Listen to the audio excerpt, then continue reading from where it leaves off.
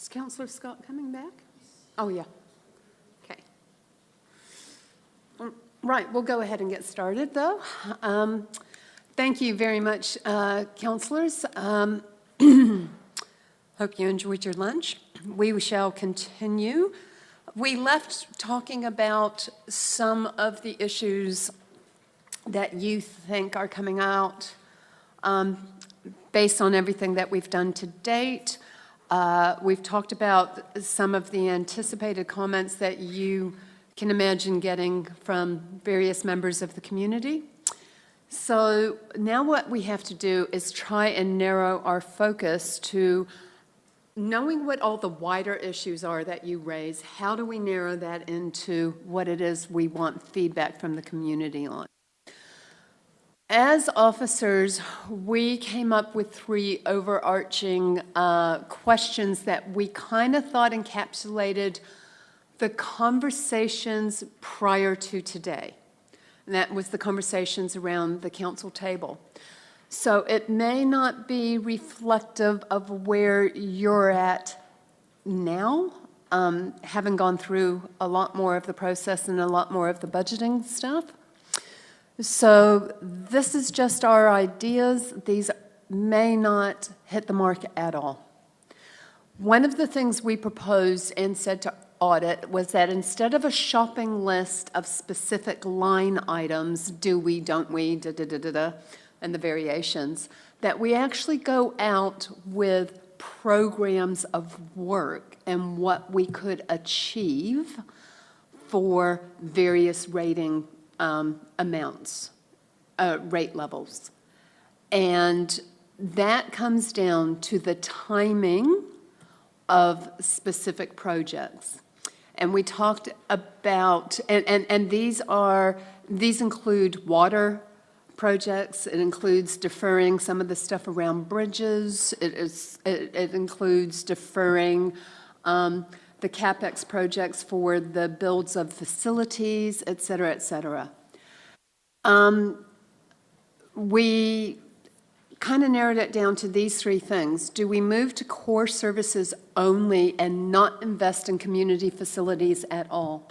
Now, the reason why we say in community facilities is we are required under the LGA to have a fair and equitable approach to prudence.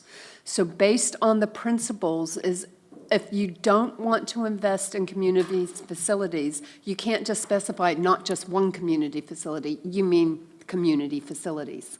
So treating them all on an equal basis.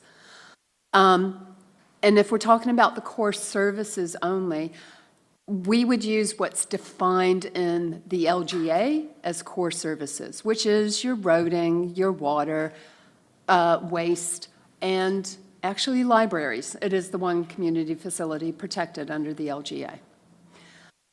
The next question we ask is, well, do we just pare back from now and delay the big projects until year 11 onwards, which really is just kicking it down the can, kicking the can down the road for the next council, okay? Or do we do it all within the next few years as we've modeled the current budget model on after the various revisions? So that's what we're saying. And so really the question of do we, don't we, is the first one. The option of do we drop doing the community facilities altogether? That's in your first option if you want to go down that track. Or do we actually just stage it later? We don't have to say year 11, we can actually say year 7.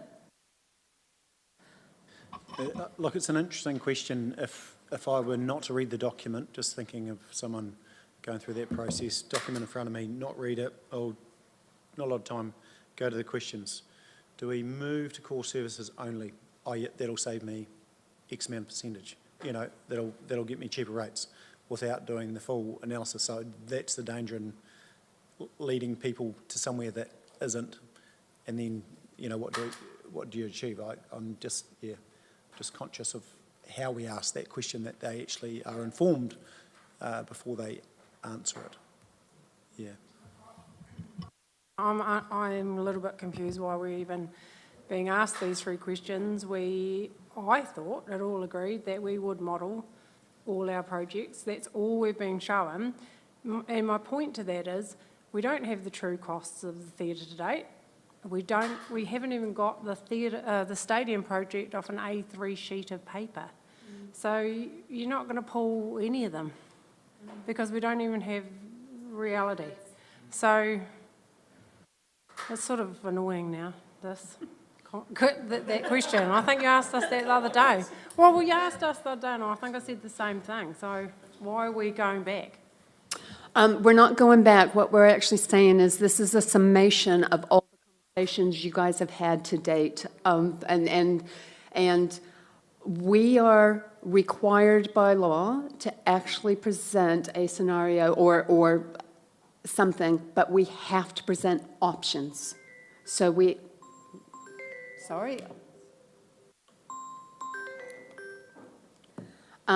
do have to present options for whatever we think the issue is. So is the issue, what we need to come down to is, what do you think the issue is? If we say it's not whether or not we do things, let's steer clear from there, okay? Let's accept that we're going to do everything that we've said we're going to do. So then is it a matter about timing, or what are your other options aside from that? I guess I'm a bit confused because last time we went out with the stadium, the theatre, whatever, and no matter where you sit, if we borrow 60 million for the theatre heritage hub or 23 million for the stadium, we've got to pay that back. It's only in the last week we've told people what it actually costs on their rate bill annually for those things. They should then get the opportunity to feed back yes, no, maybe. I don't think you can group them all together and say all or nothing. So, I mean, what did we consult on last time? Because we seem to say you can't pick and choose, but we did last time. We gave them several options, and I'd like to see the options again. With the true costings. I'm not saying you can't pick and choose. I'm saying that last time you had 3 or 4 finite projects that you were going out, when we're talking about 2018, that was the first time that the Theatre Royal / Heritage Centre, but the museum was a separate item, and the question in 2018 was, should it be joint with the theatre? The museum was. Yeah. And then the 2021 document, the question was really about, because it was introducing these things and to the scale.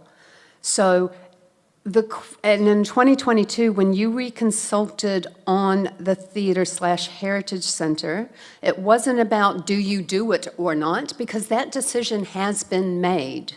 Unless you revoke that decision through a resolution and a process that you actually do. At the moment, that is a decided factor, and we can explain that easily in the front. But if you want to relitigate that should we do the stadium now that and the theatre / heritage centre, which impacts your museum, of course, should we do all the work that we need to in water, like the Geraldine water main? You know, we can identify specific projects again, if you wish to go down that track. But I think if you look at the capital programs around, the only way to save money is to shave a couple of $100 million off the capital program, and then go digging into OPEX to a large extent as well. So I think that's the only other. I mean, that's the only other option. If you go down to the single projects, we don't achieve anything at the end of it. And it's just, yeah. I kind of think you do, though, because we've chopped out somewhere City Town that we consulted on last time. I don't know whether that's by resolution, but that's gone. The upgrade to the Total Art Gallery's gone, and we consulted on that. So we seem to kind of pick and choose, because if I'm a ratepayer, yes or no, do I want to spend, what was it, $70 on a stadium? Do I want to spend $183 on a theatre heritage hub? They do matter, because that's $80 million that someone's got to pay back. And that's the big issue out there. That's the elephant in the room. Whether you're for it, against it, sit in the fence, that's what's dominating discussion. And we do, whatever we borrow, we have to pay back. And my point is, all those other discussions never pinpointed a price for the stadium or the heritage hub. It was just a number that ratepayers didn't really know the impact of. And now we can present that to them. Because last time we told them was $17, which was absolute. I'm sorry, last time, what? I'm sorry? The last long-term plan, we said if we go ahead with the Theatre Royal Heritage Centre, it would be $17 on the rate bill. in the Only long-term for plan. year one. Only for year one. Never said year one. It said in that document, it says it accumulates. So, Yeah, but you're not being honest saying 17, 187, are you? Because most people read that and we're accumulating on $17. Anyway, that's in the past. What I'm saying is we've got some real numbers now. Let's test it with the public. And should we do that for all the other big key items that we have on the table as well? Because if we're talking about the real impact on rates, and we're talking about borrowing, because we have to borrow for all our CapEx work program. Look, I disagree, and we're making a narrative here, because it is 60 million and 23 for the stadium, 84 million. That's a significant amount of borrowing. So don't play it away with it doesn't matter. And I don't think, you just have to look at the feedback, vanity projects. People are interested with bridges, water, essential, and we're led to legislative ways of doing that, road safety, all those things. It's how people describe it. I don't think necessarily they're vanity. I'm in favour of a theatre, but maybe not the one we're going down, yet to be persuaded. But I will, if we're honest in our long-term plan, with honest numbers, I'll get honest feedback from people. I think you raise a good point there, Stu, in that you're in favour of the theatre, but maybe not the one. And if we do a shopping list per se, how are we going to get that feedback from the community? They're going to go no to a $57 million theatre and heritage hub. Does that mean no to a theatre totally? Potentially not. People will again feed back. Maybe another iteration is something like Ashburton, which was never put on the table to start with. A new build that can actually double as a conference centre. I don't know, but what I'm saying is the feedback I'm getting, straw poll at work, 7 out of 10 said don't do it. So I do get that, but how do we get from that without waiting another 3 years and going out with another 50 options of what those people think we should do instead? Because do they just mean don't do it, do nothing? Or do they mean do something else? And how, so I'm not saying you're wrong, I'm just saying how do we get that feedback? yeah, I get that, but OJ will point out to me, and quite rightly so, half the money's being spent on a museum that no one talks about. And perhaps we don't need. So maybe that's a conversation. And it keeps getting bumped up because they say, it's 40 million for the theatre because of the NB number. You know what I mean? Maybe we should say, no heritage centre at the moment because it's unaffordable. And do people want a theatre or not? We're kind of giving them all or nothing, and that's the problem. I think the danger for me is, so if we want to call it that, and this is the way it's sort of been portrayed a little bit, feels like, is that it's CapEx is a shopping list. And so the problem with that is they're not informed. They might have a little bit more information on theatres and stadiums, but if you put it all up, they're going to have to choose more than the 3 projects that total 68 million, what is it, 23 and 45, 68 million. They're going to have to choose the 7.5 million, renewal at Geraldine. They're going to have to choose this. So it becomes a shopping list, and we need to shave a couple of $100 million. And so that's the danger. We kill a theatre in the museum, and say we keep the stadium, you've still got a massive hole. And how do we get that? Do we put it up to the public to go through, the pump station there, and that doesn't need to be done because we don't believe that their, renewal programs, and the engineers aren't doing their job. We're just hit and hope it becomes quite a hard one. So that's, So the one thing we don't have is the cost of a new build theatre/heritage centre. So everything's been centred on the existing building. But what we do have is we have a cost estimate from the contractor to strengthen and refurbish the theatre only is 34 million. To theatre only, new behind BOH, loading dock and central core 41 million. Option 1, theatre and museum maximum deferred works, which means you'd get a shell of a museum, 50.5, and base case theatre and museum current scope plus value engineering, 52.5. So that's the 4 figures. Now, I don't know whether you want to consult on those or not. And then I also got them to give a rough estimate for a sports precinct. It's only the 6 courts plus strengthening, that was 15. So our 17 that we said was pretty damn close. So the 17 is probably still the right number. So they are the numbers. They're not in the long-term plan, and I don't know whether you'd want to entertain putting those out publicly. Well, I've just done it. But whether you want to put those into consultation document or not, and Vince is right, the decision's been made to do both of those, and there will need to be resolutions rescinded if you changed your mind. But again, I suppose we've got to listen to the community. the question there again, where is the saving? And we still need to make the decision because we haven't, been presented that in a council meeting to make that decision on the Theatre Heritage Hub go forward. But where is the saving for this 10-year long-term plan?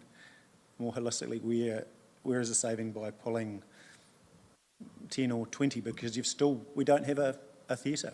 We're the only provincial town in the provincial area in the country that doesn't have a working something at the moment. So what is our solution around that?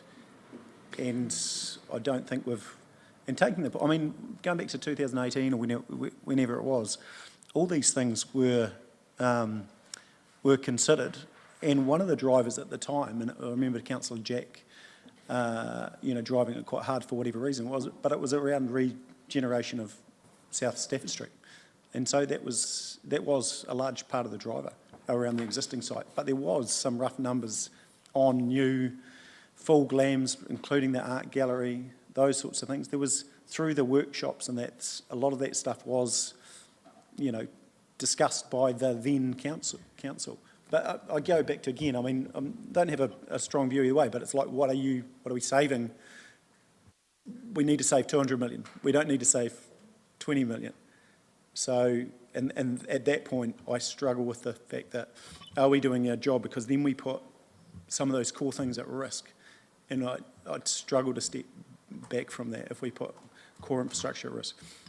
I think with the modelling that we showed when we pulled out, and even the chief executive actually showed, for this 10-year period, not doing the theatre, saved on debt by about $20 million, but you're talking about a $400 million net debt. Your CapEx program is $655 million for the 10-year period. The cost of the theatre in net debt was $20 million because, of course, it's phased over time. So where the bulk of your spending is, CapEx-wise, is really in water. So if rough, net debt's 205, is it? And just pulling the numbers out, just roughly, you had 137 million in water. You had about 53 million in road, and take your cumulative over time, but you're looking at about 180 million of that new debt is core. So there again, you're talking about the difference between up to 416. So, across those community projects, it's again, how do we make a saving? That's my question. Yeah. So percentage-wise, the cost to finance the theatre in this 10-year plan, percentage-wise didn't account for a lot of the percentage of the rate increase. It's more your core stuff and your OPEX. That's what's impacting your rate year to year. Well, if you do your simple sum on $3,500 at an average rate, and $185, it's 5% on every ratepayer is the cost of the theatre, because it's $187 per year. And I get the big figures and I get that. But if you're in business or your own household and you're short of money, you don't say we're going to stop everything. You manage it the best you can. And I just don't know that now's the right time to indulge in what other people are calling vanity projects. And all I want is the long-term plan to be clear so they get a choice. I'm not bulking them up and saying 200 million. I'm just saying there's X amount for these projects, because people don't, Vincey, think water pipes versus theatre. They think water pipes are essential. And all I want is some clarity so people have a choice. I think it's, I think for the consultation document, we've got to be clear what our capital program is, and you've got to keep it at a fairly high level. So, your drinking water, your storm water, there's 3 categories: roading, and then your theatre and your stadium. There's 5 plus others. And if you just show those and say, give us your views on those, that will draw it out, rather than actually saying, what do you prefer? We just need people's views. Because it's not an auction. It's not a popularity contest. We just want people's views on And how does that look to them. legally, we have to say what council's preferred option is in the consultation document. It is. It's everything that we're basing our modelling on, and based on current decisions. That's council's preferred option.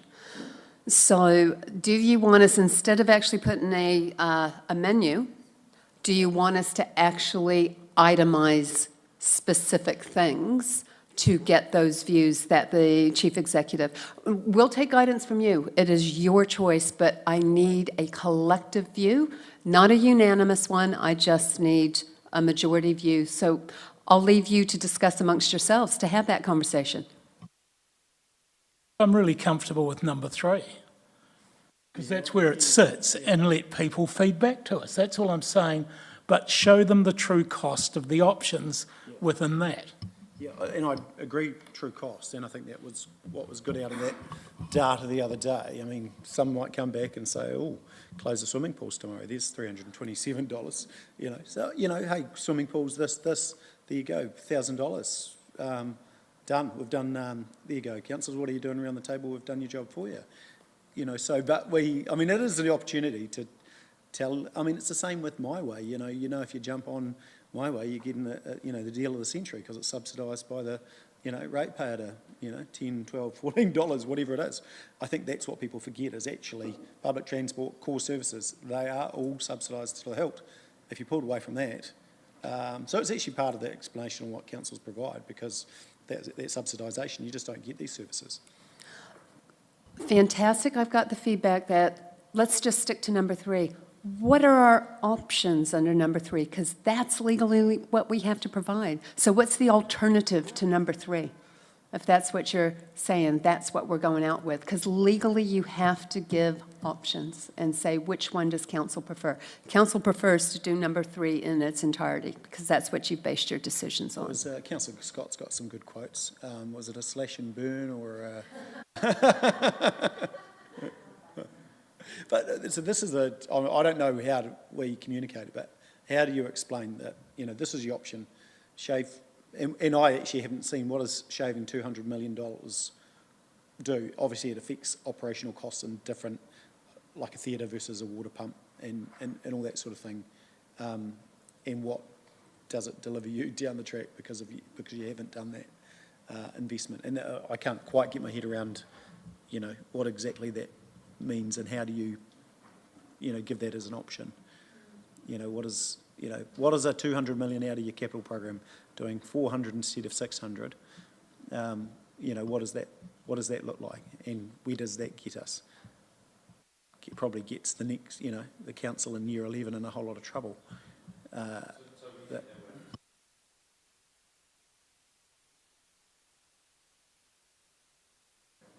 We had the one yesterday we handed out at the end, and that was a similar scenario. It took all the community stuff out, plus some of our, but I'm not sure you can take much more out. That's the issue.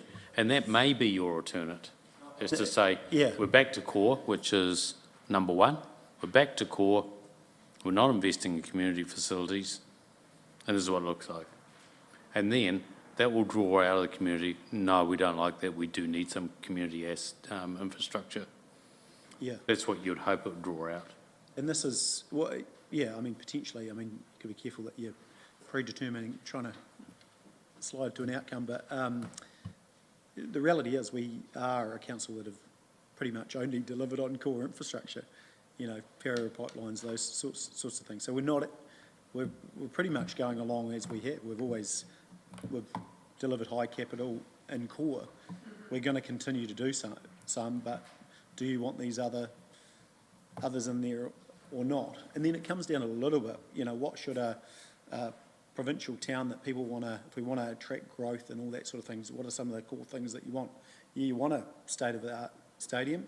We've got our neighbours are all investing. We still want to be the place that people come. You need somewhere that people can come for, shows and all those sort of things. So, yeah, I don't have the answer, but I know we've got to have an alternative, but I just don't.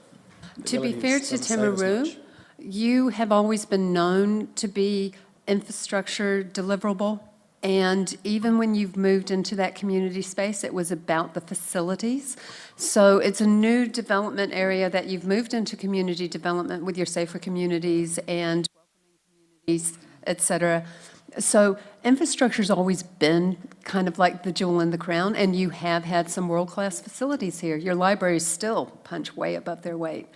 And the infrastructure you've put into place recently, like Seabay, and you have Play and all of that stuff, it's highly regarded. So it's to what extent you're going to be doing that infrastructure. No, Who's that online? Is that Sally? Oh, hi, Sally. I don't think that the whole argument around the theatre is just the cost. I think it's around the usage. I think there's lots of questions people ask me, we don't want the theatre built because how many shows are going to come? What's it going to cost to run? All those sorts. I don't think it's all around the cost of the theatre. I think there's lots of questions I those don't think people want asked. People think, I don't go to the Drama League shows, I don't use it, but it's it's the comedy show, it's Jump Jam, it's also, well, that's where it goes. That's, they'll all those things will go back there once it's. And I get that, and I also get the fact that someone said to me the other day, there was supposed to be a Fearless concert here in Timaru. They cancelled. There wasn't enough tickets sold. All those sorts of things play on people's mind around the theatre. Is it going to get the patronage?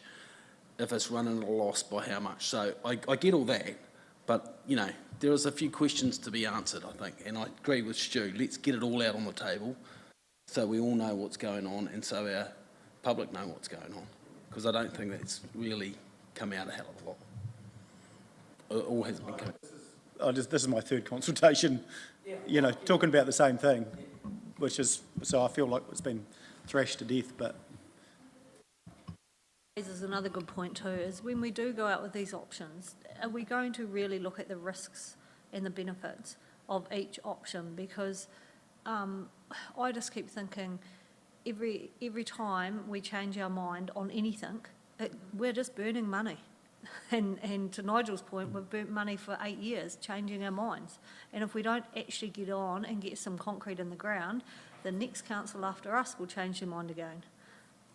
Look, and that's probably an unknown point, and it's no disrespect, it's part of our country, democracy, but democracy costs a whole lot of money, and and this is no disrespect to anyone in this room, we've all got our opinions, we're all, voted to serve and represent, but this chamber has cost this project and other projects, and over the decades, the chamber costs millions upon millions of ratepayer money because it's inefficient on the way we have to do things. Partly it's the way, we've got to consult on any change and all those sorts of things, but if we can get to a point where we're more efficient, we actually save ratepayer money and deliver more, but we're not there yet. We're not quite mature enough in our democracy. Potentially, I don't know. Can I go back to what your first point actually, Nigel, when we're looking at these questions, I think the key with the questions is it would have to be context and understanding, full understanding, because otherwise a particular narrative will dominate.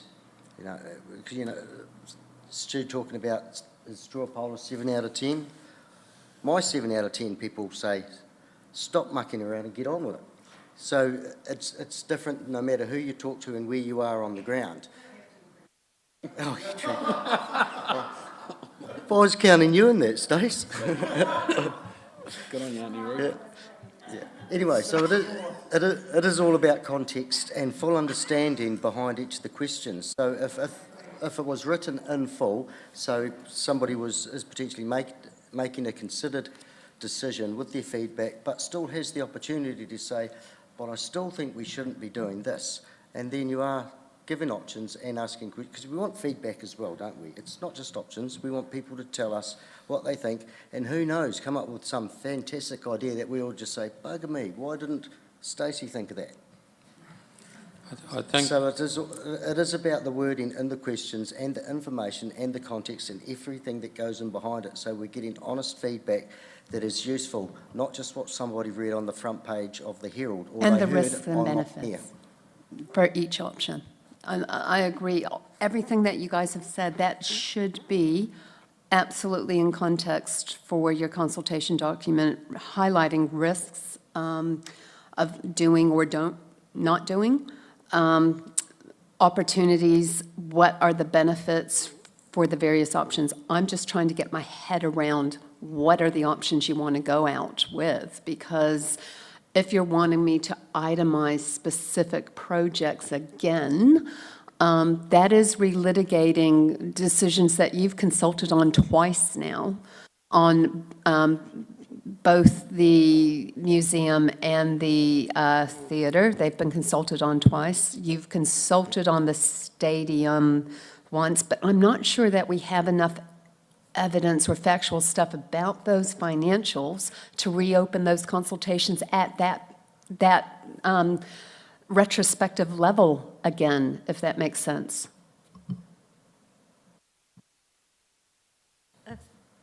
For a starter for 10, now that we've thrashed that all out, I'm probably happy with those 3 that you've posed there now. We can tweak the Along with- wording, and of course, they will be fleshed out. With a lot of context, with risk and benefits, with what it will actually mean if we delay everything, or what it will mean if we just stick to core stuff, and the impact on rates and all of those things.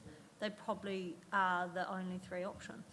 And what we may do, instead of saying from post year 10, because then it's not really an LTP issue for this LTP, we might phase that in the middle somewhere, like what we did with the microfiltration and, for Claremont. We may move that in the middle so that there's a middle ground. There's don't do it now, or somewhere in the middle.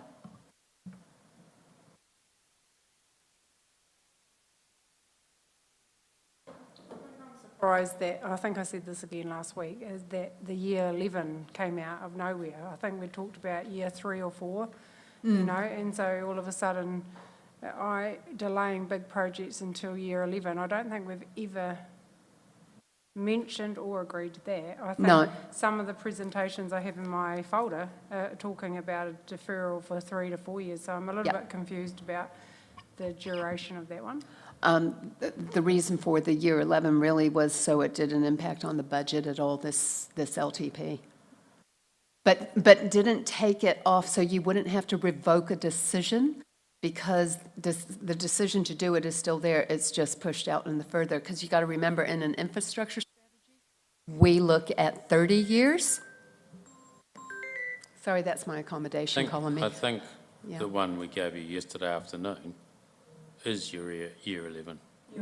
It has none of those in it. For our commentary, our dialogue was around 3 or 4, yeah. And we can go back to that, or we can even make it 5 or 6, or 6 or 7, or whatever. Be clear, if we've got these 3 options, for example, will we be presenting something like this in our consultation document, or what kind of level of detail do the community get? We don't put that sheet in there. What do we just put, this is going to be your rate rise, this is going to be the debt, this is going to be the surplus deficit, depreciation? We show them things like this that actually give the sample rates increases based on the different property types. Well, it's more than just about rates increases though, isn't it? It is. Right. It also talks about debt. It talks about debt. We do have to give some financials, but it is quite a high overview. So we talk about balancing the budget, okay, with the graphs. We can explain extensively around what those options are and how they present in a graph. It won't look exactly like this one with all the various colors. I'd rather see a table that, if we have to give options, I'd rather see a table that's option 1, 2, 3. This is rates increases, this is surplus, this is depreciation with funding, this is debt levels, and whatever other key things. Yep, So not exactly a spreadsheet like this, but pretty damn close to it. yep. That just gives some factual things, and it won't be for all 10 years, itemized year by year, summation. Yep, You might go year 1, year 10. yep, yep. I think you're best to do the first 3 or 4 years. I still look at that debt level in year 10 and compare them between all the different options, because So, they're so not 1, 2, actually 3 that and far 10. apart. Exactly, yeah. Comes back to, you can ask her a question, but if it's actually not achieving us anything tangible, are we just, are we doing a disservice, is it a question far enough if we're actually presenting 2 options? And that's why I talk about the hypothetical couple of $100 million versus just the community projects, because that's an option, whereas I don't feel like that's much of an option. That just, delays, takes us off the map as far as community for a while. But, yeah, I just feel like it doesn't achieve anything. One of the things, and we haven't actually talked about this or discussed it at all, is if you keep going out asking the same kind of questions over and over and over again, and you're chopping and changing your decisions, as you said, every couple of years you're changing your mind. If it's based on evidence and a real benefit, and you can justify the change in direction, it's an easy narrative to explain. If you can't, all it does is really just eat away at your credibility in the eyes of the community. So it's a very careful, conscientious decision that this council makes when it decides to actually change direction for good reason, how we explain that.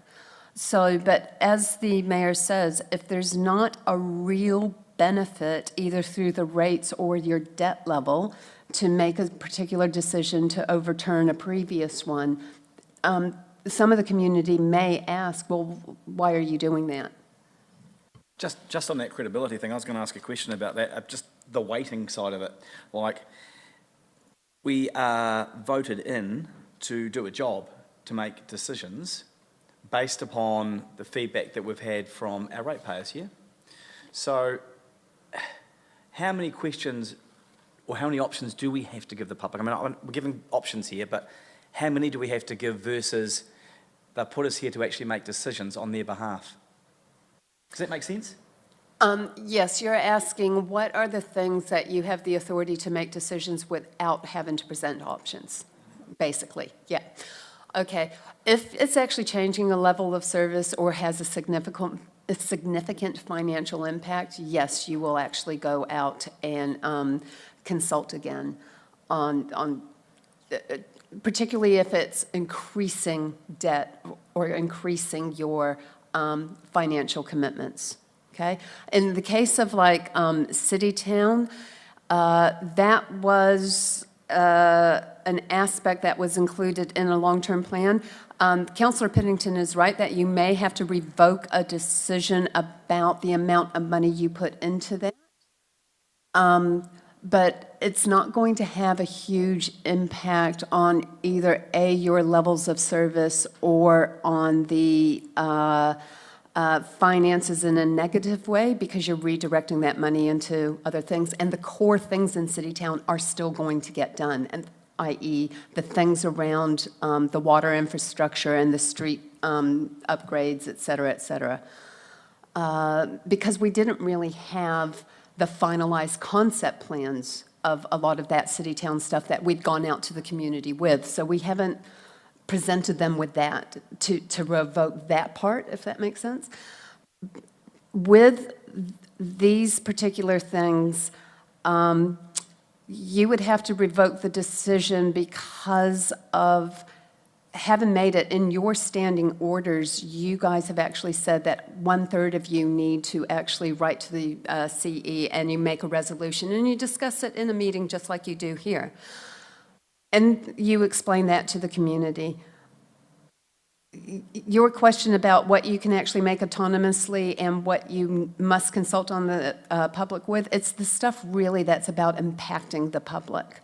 For the city town one, it won't impact them greatly because you didn't have something finalized that you're taking away, if that makes sense. It was still in very early concept designs. Don't we need to simplify the consultation? We've got about 6 or 7 main items we've got to get the community's opinion on. Water, roading, stadium, theatre heritage centre. You could the city town, and there might be a 6th one. You might split the water into 2 or something. If you actually went out with just those subject titles and got their opinion, we intend spending this much on water. This is what it looks like. We intend spending this much on roading. This is what it looks like. We intend spending on the theatre. This is what it looks like. Blah, blah, blah. Give us your opinions. You have to present an option for each one. So what you say is that this is what we intend to do, this is our preferred thing, this is if we don't do it. Yeah, and this is the impact on this is the impact on Timaru, this is the impact on the costs and so forth and so on. And give us your feedback on those 2 options. Yeah. That's what we would do. Because the rest of it is pretty stock standard BAU, and it's a bit hard to change. So, because it ends up, this is dollars and cents, it ends up being dollars and cents, and so you put 6 items out there. Some people tick, they tick 2 or 3, they don't tick the others, and that's fine, but what does that give you as far as feedback? Yeah, I was thinking more on comment that, as far as... I don't know, use the one that we keep going back to, the theatre, that people go, actually in context this looks fine. Putting it into context, this is it. And water, it just goes back to the how do you differentiate around the numbers, because that's what it's a numbers game ultimately. Yeah. We can get emotive about the individual projects, but it's a numbers game that and to make a difference, we need to save numbers. And that's where it does get back to, if we're saying we're going to spend 57 point something on this heritage centre, this is the revenue we expect to generate, including rates, this is the OPEX, this is the effect on your rates per annum, 180 whatever dollars it is. The same with water and that. They would soon see that water is lion's share of what their rates are going to. Oh, they'll see that straight away with the graphic. See that straight away, and they'll go, do we want to pay that much for water? Actually, we've got no choice, tick, Or they could go, we're spending $1,000 of your rates on water. No, you can spend less, but, yeah, I don't know, it's, yeah. Council, I also want to highlight the reason why you went out with a shopping list of itemized things, the last two LTPs, was because they were the shiny new things. And this isn't the LTP of shiny new. So you were actually proposing to your community that we're going to do these sexy things, these exciting new invest, and they were shiny and new. Not the case this time. Can I? Oh, sorry. I was just going to say, going back to the sharing of the figures, I don't think we should underestimate our community in being able to interpret this. For example, once you take out all the, like all the bold stuff, do you know what I mean? All of that bold stuff makes sense because that explains what we're doing here in terms. We would put something similar to that in our funding impact statements in the LTP. Yep. And a draft LTP actually goes out that they can go and see. But in your consultation document, that's far too busy. So just having this the is- 1 or 2 columns will be fine.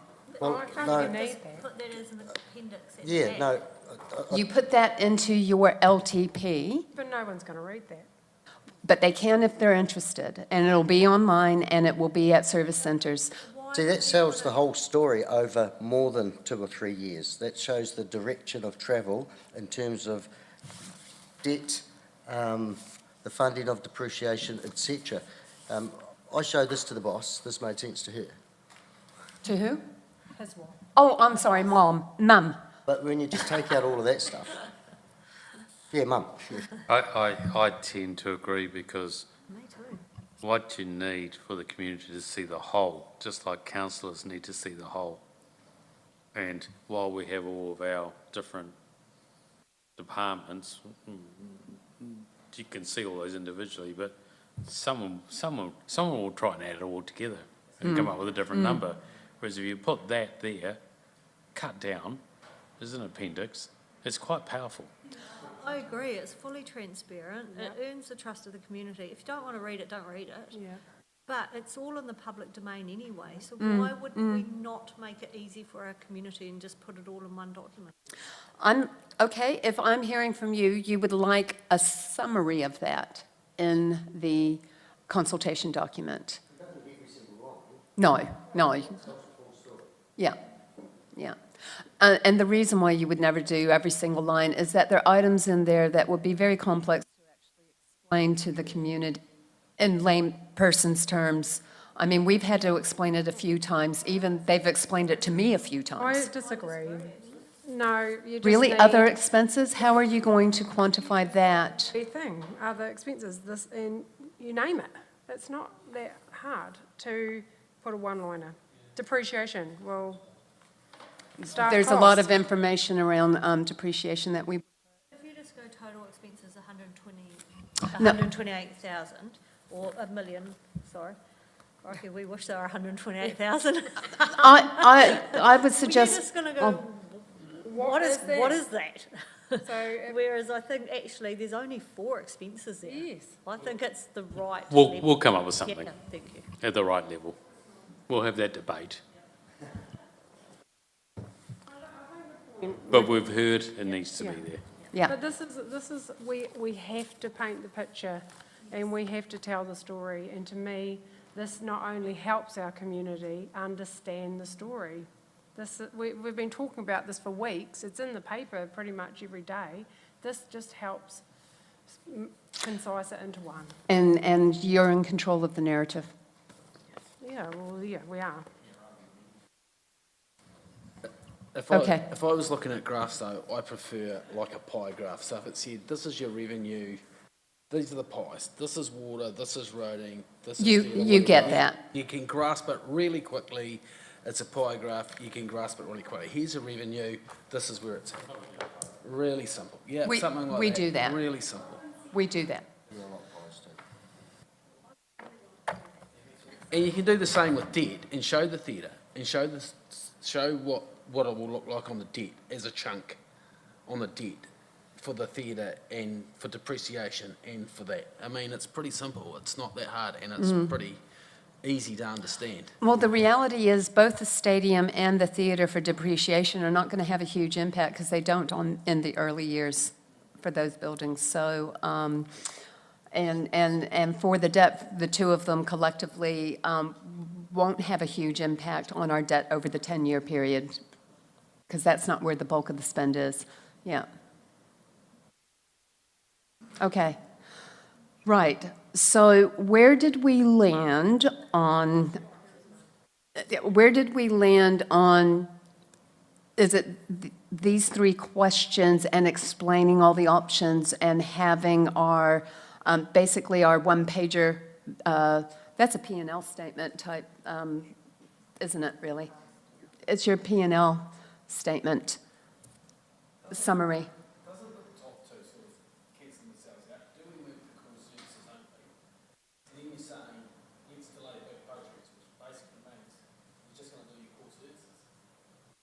No, but Not too sure those two questions. we're looking at changing that middle one so that we will do those big projects in the middle of the 10-year program, so not year 11, if that makes sense. So it's either do it all now, do it in the middle of the 10-year cycle, or only do core and not do the community facilities.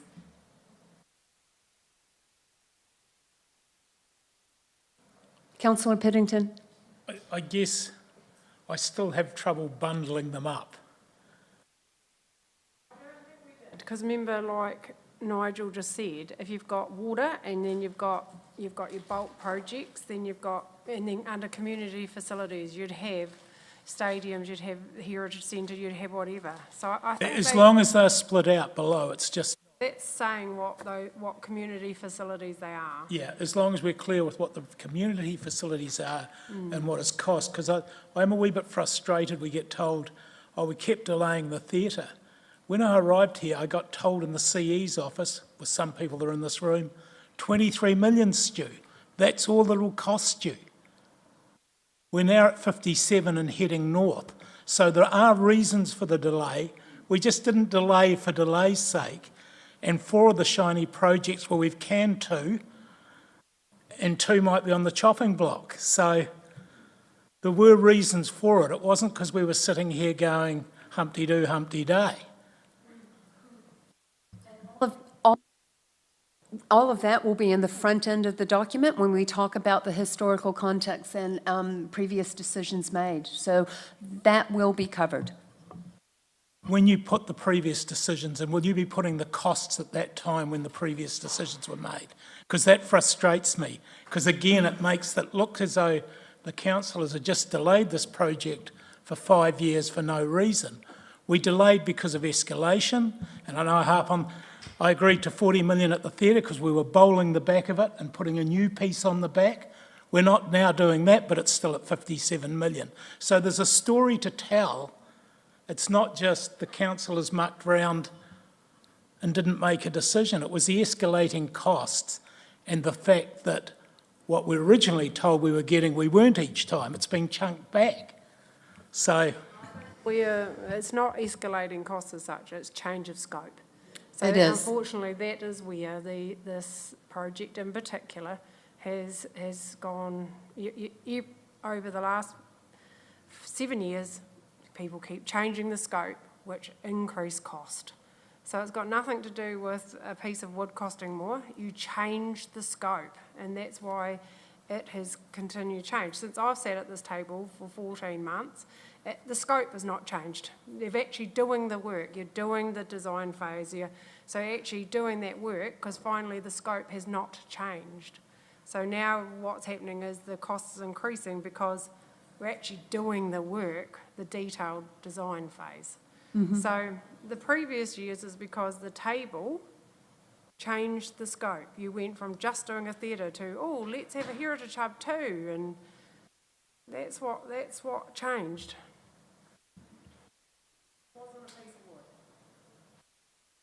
Yeah, I totally agree with Stu though, because that has definitely been, all those changes has created us to be here today on that, because we haven't been able to make a decision. If we made a decision on 23 million and we started the project back in 2019 when I started here on council, we'd be sitting here wondering, how's this had a $30 million blowout?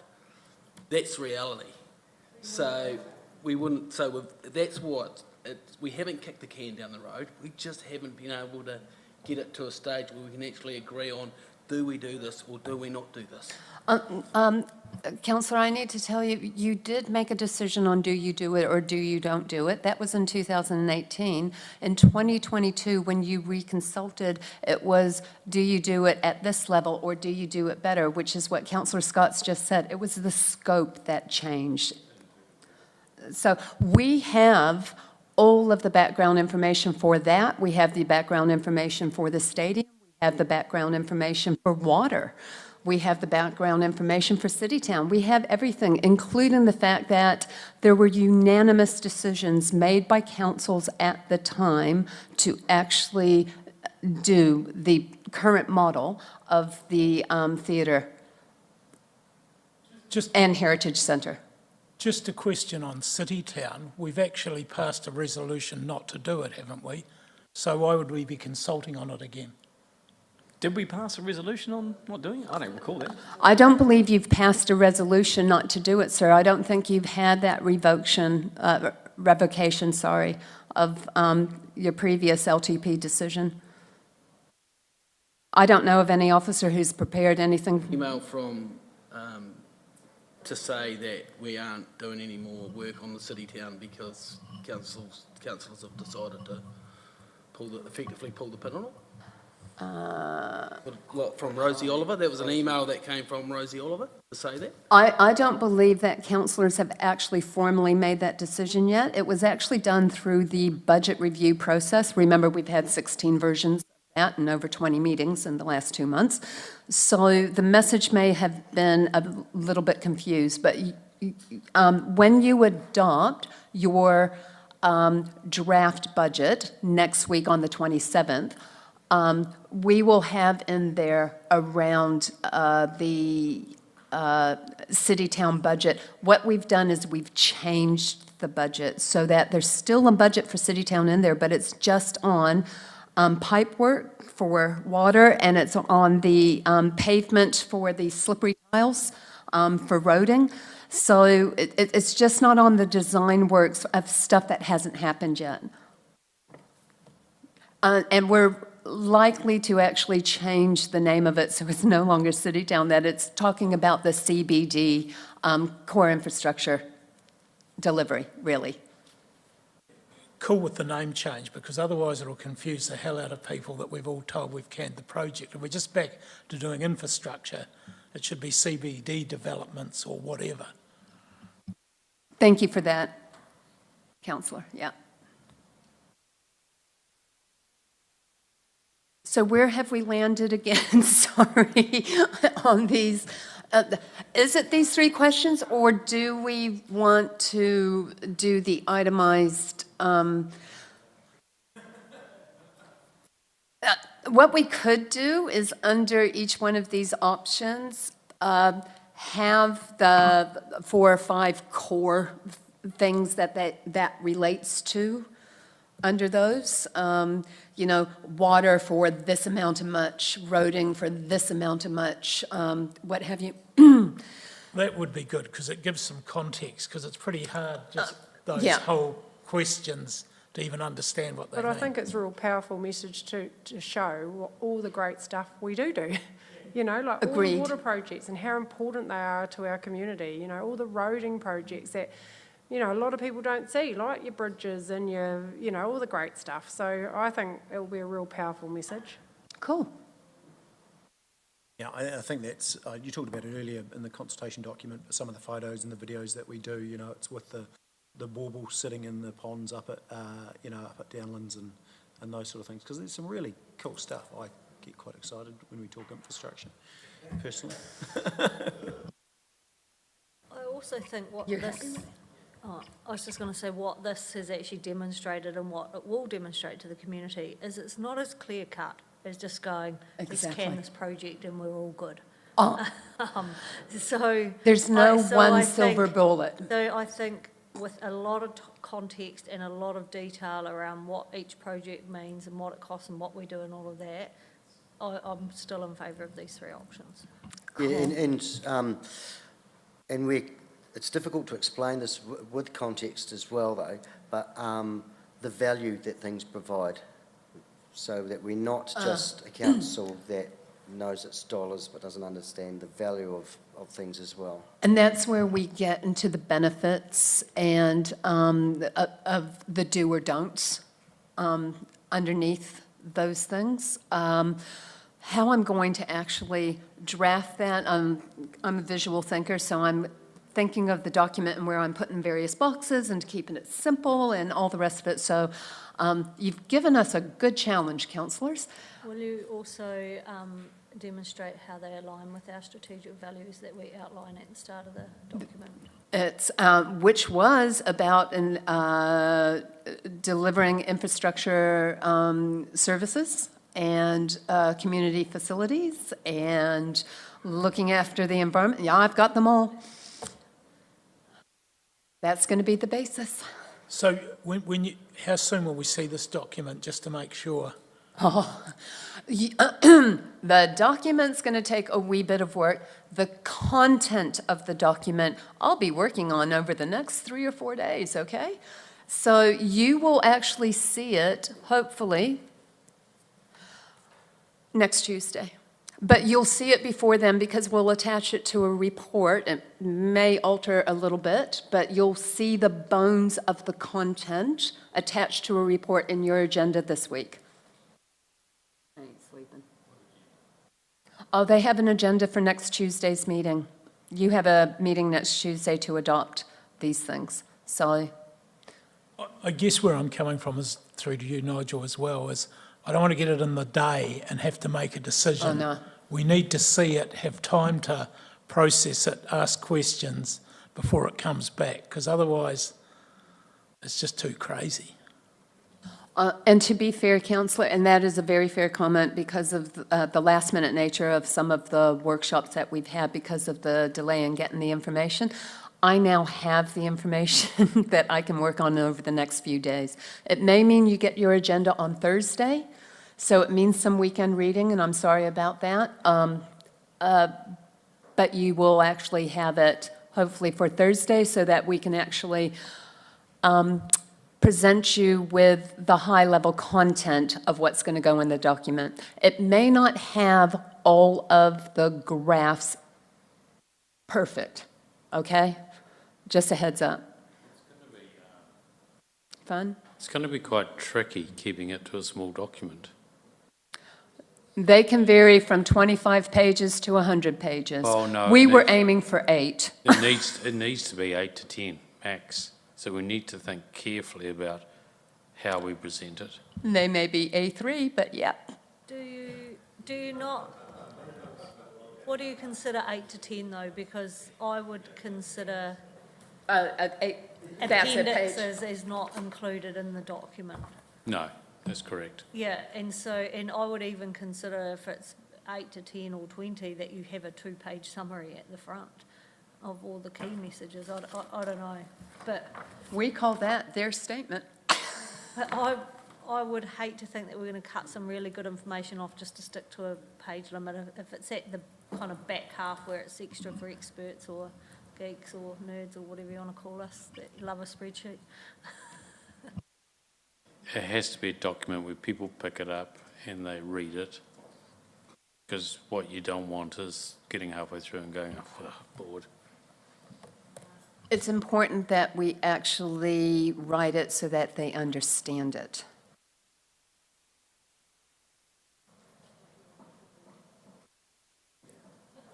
You're right, though. It's the nerds, the accountants. We want those professionals in the community to have a real, good look, because it's going to be helpful that they have a look. They can analyse it and give, perspective as well. So I think that's...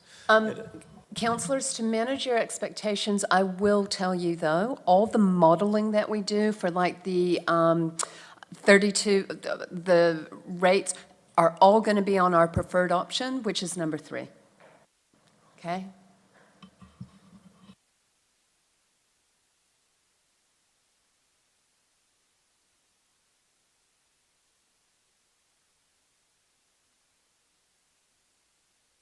I feel like I can breathe, thank you.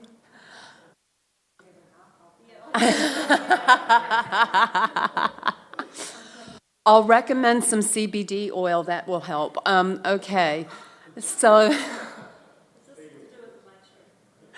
Yeah, exactly. Okay, so now I'll tell you, these are the reports that myself and the team are working on. Some of those reports are already drafted. Some of them will mysteriously appear within the next day. The key reports to council, this is what you can actually expect for next Tuesday. Adopting the draft budget that we agreed on the model, which is what you saw yesterday. There are just one or two very minor changes that we'll have to do for that. Adopting the draft fees and charges, which have been done. Adopting the draft levels of service that we went through yesterday. We're refining ones around the museum and also around Aorangi Stadium and making the alterations that you suggested. Adopting the draft financial strategy and the infrastructure strategy. You received the financial strategy. The infrastructure strategy, Ferry is working on that tonight and tomorrow. Adopting the draft policies, it's around significance and engagement policy, the rates policy, which combines a few, the treasury management policy. At a future meeting, we will look at the revenue and finance policy and also the financial contributions policy. We just haven't had the time to do those two in this short time. And adopting the draft consultation document content, that is meant to say. So, and that's the narrative and the financial tables and some of the rough graphing. So what we have to produce for Audit New Zealand is that consultation document content that we've just discussed. Looking at the asset and activity management plans for water supply, wastewater, and roading, and they're updating those as we speak because I had sent them the budget models yesterday. The infrastructure strategy and the financial strategy, the draft budget and the budget model. They will be looking at that budget model, the fees and charges schedule, and of course the LTP policies. And Audit New Zealand will be in-house next week. So that's the information that they're going through. So that's what you can expect from us next Tuesday, save there are no natural disasters or acts of God, and I'm still vertical. Yep, that's good. Okay. Sorry, just on fees and charges, a couple of questions.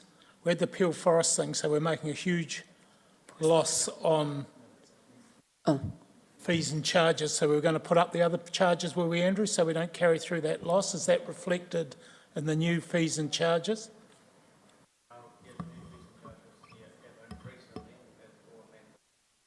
So there won't be a shortfall? Yeah, because I don't want them to go out and then we put them up again, because that caused all sorts of chaos last time. Paul, how are you going with the planning ones?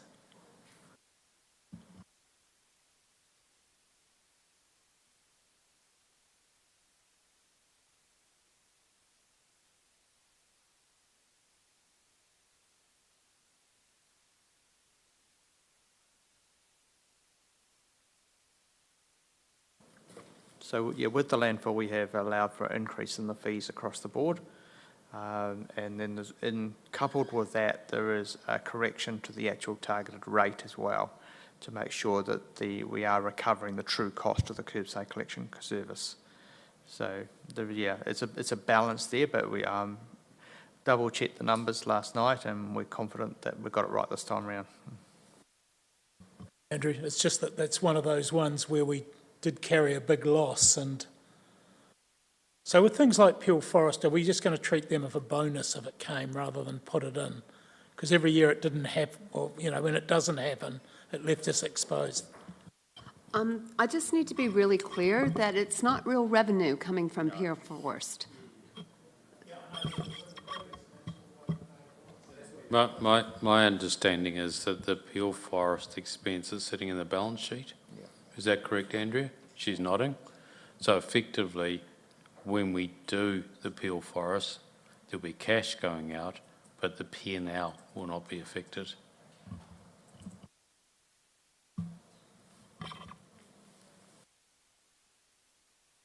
What Stu's alluding to is that we had accounted for the income over the weighbridge, and that hasn't happened, and that's why our waste has made a massive loss.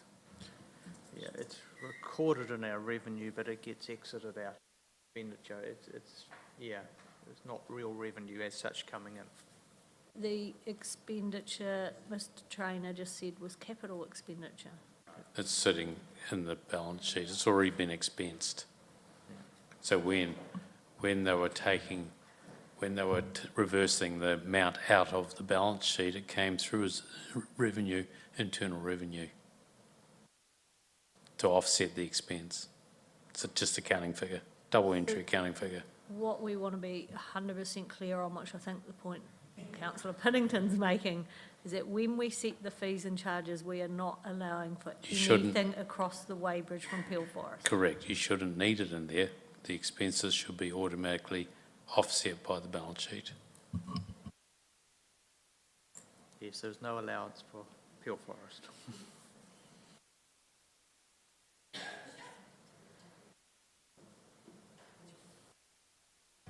These documents, I'm not sure where Vincey's gone, but can we start loading the ones up that we've got? So for example, LTP policies, just so we can get some reading started, because if 1, 2, 3, 4, 5, 6, 7, 8, 14 documents get loaded on Sunday night, I'm sure Councillor Piddington's going to have a meltdown.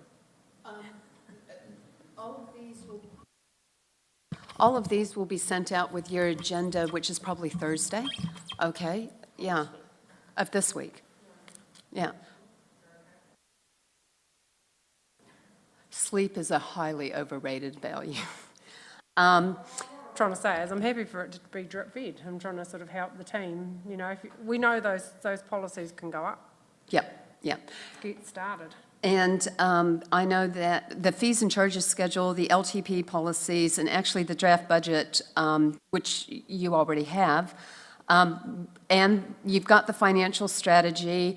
As soon as those asset and activity management plans are updated, I'm happy to load those onto the hub. So you'll get a lot of stuff prior to audit. And as soon as I finish the infrastructure strategy, I'll load that on. It will be draft. It will be draft. All of this is draft. And it's really the consultation document and the infrastructure strategy, which are directly me, that you'll be waiting on. They'll be the last things fed up there. Are you happy with that, councillors? Yeah. Okay. Right. This concludes our bit around what we had scheduled for today, but what we'd like to present to you now. You asked about our rating models for the rating properties, looking at our sample properties. So we have a very simplified rough draft. It is based on the former valuations because QV have just done some revaluations. That's not loaded into this model just yet because we only really got to use those on the weekend. I know finance people were in on the weekend trying to update our ratings database. It's also based on figures that were put into the annual plan as opposed to actuals. So when we do the QV ratings and the actuals, the percentages probably will not vary much further away than what you actually see here, but the dollar amounts may change, of course.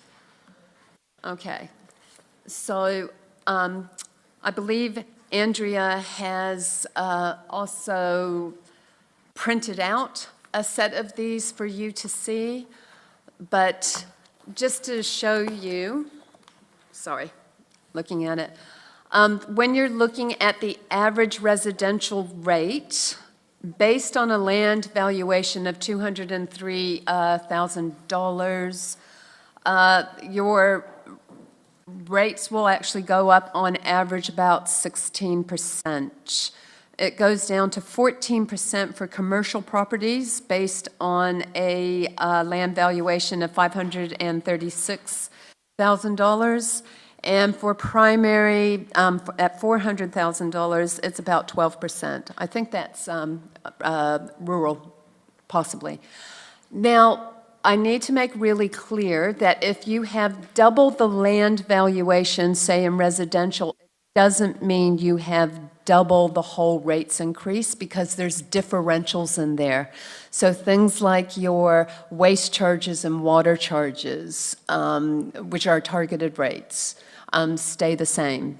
So, and the UAGC, all of those things stay the same. So just want to manage that expectation. Okay. If you have any questions about these, please direct your questions to Andrea, who's gotten off quite lightly today. And so it begins. Andrea, I've just done the first one, the residential rate 3536 over 3137, and it comes out at 16.5%, the increase. So if we're telling people 15% and it's 16.5, I know it doesn't seem a lot, but people get caught up in the numbers. Yeah, so essentially the 15% is an average over all of the categories. So if you took an average of the 16s and the 12s and the 11s and the 18s, you get an average overall increase of 15%. So when we go out, for consultation, these sample properties will be in there, so it'll show the individual impact on the rates depending on where you live or what type of property you have. So you'll note rural, for example, rural residential is only 11%. So it depends on the different types of rates that you have associated with your individual properties. And for example, Andrea, because this always fascinates me, if you take the waste management out of the residential, because rural doesn't have that in there. Yeah. Residential increase is only actually 12.8%. Yeah. Yeah.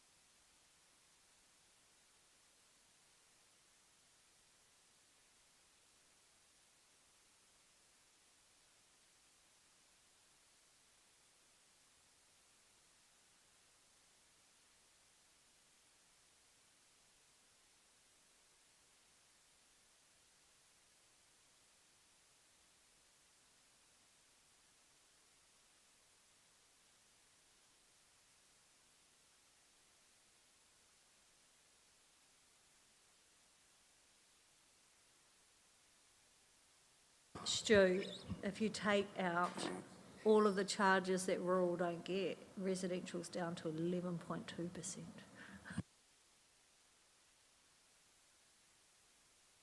I do feel sorry for those farmers with $1 million properties, Michelle. We'll have to downgrade what boarding school they go to. my point is, I've got none at boarding school anymore, Stu. They're all at private universities. My point though, Stu, is we say 15%, but it's all over the shop, isn't it? Yeah.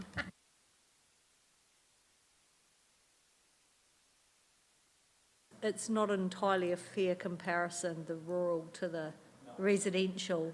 It looks less, but it's all a lot of it's loaded up in those fees. Yeah. No. So I guess what it highlights is it shows you what each component costs you.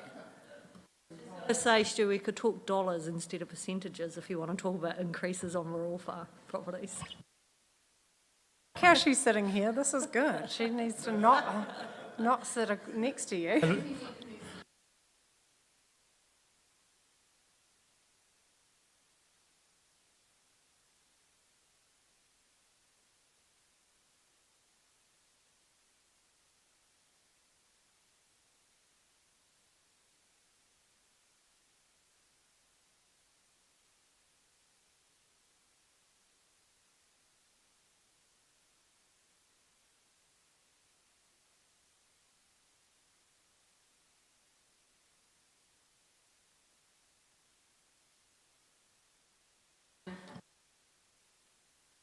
Also, I guess the other thing that, whether we promote it or not, but there is a rates rebate. So for the low income households, there is the opportunity to get a rebate based on your rates values. It's a hard one. It's not an exact science, but it'd be nice to know on versus another area, are enough people receiving that rebate? Because that's a positive thing. It's money flowing back into the community, isn't it? You know, it's like, it's the same conversation around us not having our rates, our council housing at the right rate, because that would be that's money coming back from Wellington. So it's how you bring more money back from Wellington, and it's actually have those, you know. Yeah, and that's, so how do we get, you know, I know we can't go into everyone's, you know, accounts and check what their finances are. I guess that's when it comes down to your stakeholders, when you're visiting the likes of Grey Power or your Ministry of Social Development or wherever it is actually just letting them know, are they aware that there is, you know, we have a rebate out there? Put it on the rates bill, Andrew.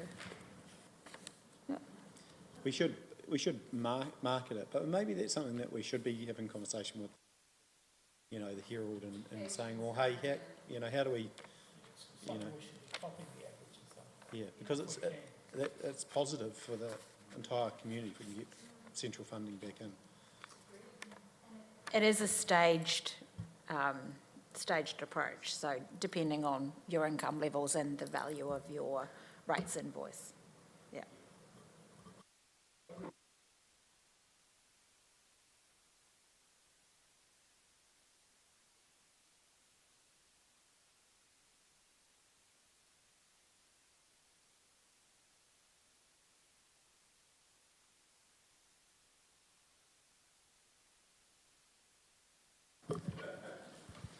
Well, councillors, on a very happy note and a plus note, I think this is us. We're done for the day because we got everything that we needed. I hope you enjoyed today as much as we did. Today was a very good day. So really like the ideas that have come out. You've given us some really good, clear direction. I'm stupidly excited about the way that we're headed and where we're headed. I've got a lot of V to consume over the next 3 days. Thank you so much for all your time, and thank you for the conversation and your passion for all of this. It's really helpful. Bye. Oh, I haven't got my meeting here. Thank you very much. Ka kite anō.